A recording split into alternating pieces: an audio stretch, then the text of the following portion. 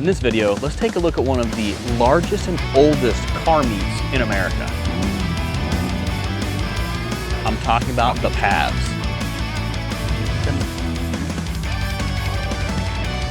For the last 30-ish years in Scottsdale, Arizona, car enthusiasts have been gathering every Saturday afternoon, evening for a car meet. It's had a few different names over the years. It will always be known to me as the Pavs. That's what it was when I was growing up and started going to this event. Now it's called like the Rock and Roll Car Show at the Talking Stick or something like that. And it was also called like the McDonald's Rock and Roll Car Show at one point. But it's always going to be the Pavs to me. The story goes that two employees of the McDonald's here were on their way to work or something, and they saw a couple of classic cars hanging out in front of Carl's Jr. So they decided to stop and check it out and see what was going on. And they found out these guys were getting kicked out of Carl's Jr. They weren't allowed to have their car meet there. So these employees went and talked to their boss at McDonald's and convinced them to let them have their car meet at the McDonald's. And that was in the early 90s, pretty much about 30 years ago. There's usually such a wide variety of cars of all makes and models and years and age ranges that it honestly reminds me a lot of like the DAIKOKU Car Meets in Japan. Similar, but not quite. Not only is there a huge variety, but this event pretty much happens every single week. Doesn't matter if it's hot or cold, there's always going to be cars here gathered. Let's walk around and I'll show you what I mean.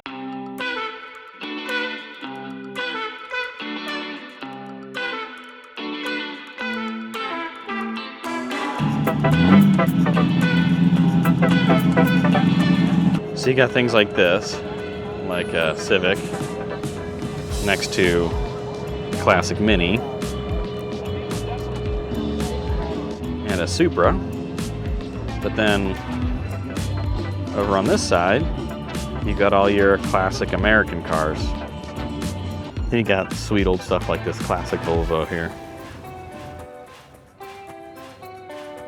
We've got the BMW Z3 shooting brake. I think it's an M3, Z3 M3, next to another super rare BMW.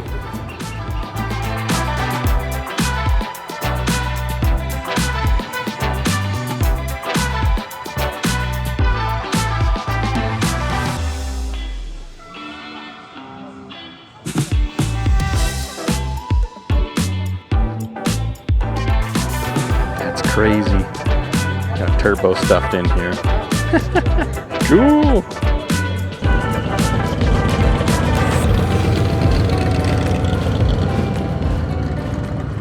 So yeah, because it's like a regular parking center, McDonald's does like block off the parking lot to keep it safe. You know, not only is it just a parking area, but shopping area. There's a bunch of stuff, restaurants, stores, all that stuff around here. Like there's like a Home Depot over there. We've got this Porsche Target top parked kind of far away from everybody. This might be one of my favorite cars here. This is cool. Bridgestone Potenzas. That's a real gripped up car. Got some little flares on it. Don't really know what's going on with the, well, there's normally a spoiler right there, so I don't know what's going on with how it was cut off, so it must be in the middle doing some sort of body work.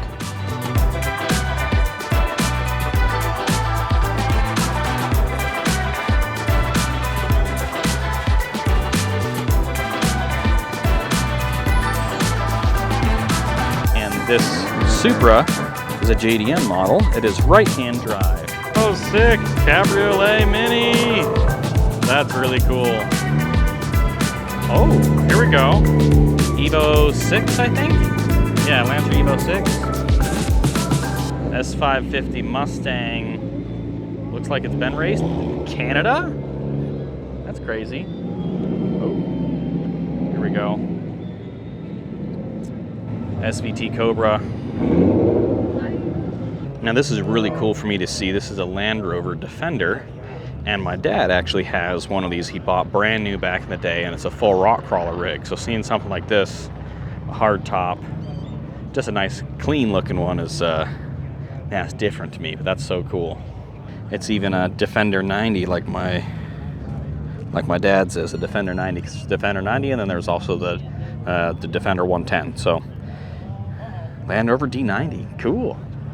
Well, technically it only goes from 4 to 8. People roll in earlier in the day, and later in the day, the more extreme cars start rolling in as the sun starts to go down.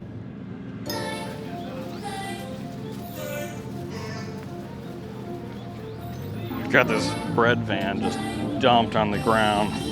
It's got to be on air ride. That's so cool.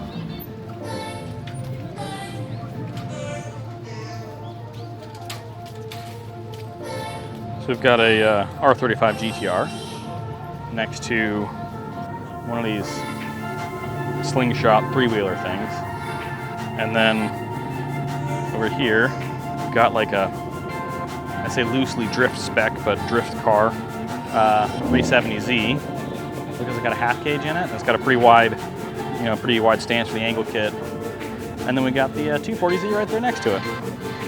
I hear the brap of a rotary.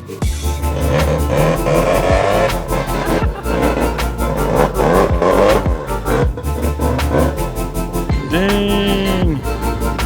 Check this truck out.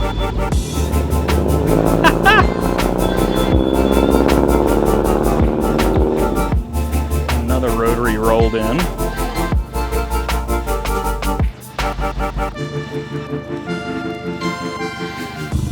So this Mazda right here is a Capella, RE Capella, and I think it's like the same thing or similar as an RX-2. Super cool. This one's right-hand drive, so obviously not a US vehicle, but I think it sounds super awesome. I wish I would have gotten a video of rolling it because it sounds so good. And this RX-8 was driving in, and it's like, ooh, it sounds a little different. Looks pretty stock, but sounded a little different. And that thing's got a Pro Charger on it. That's very unique. That's very different. I don't think I've ever seen a supercharged RX-8 before. That's really cool.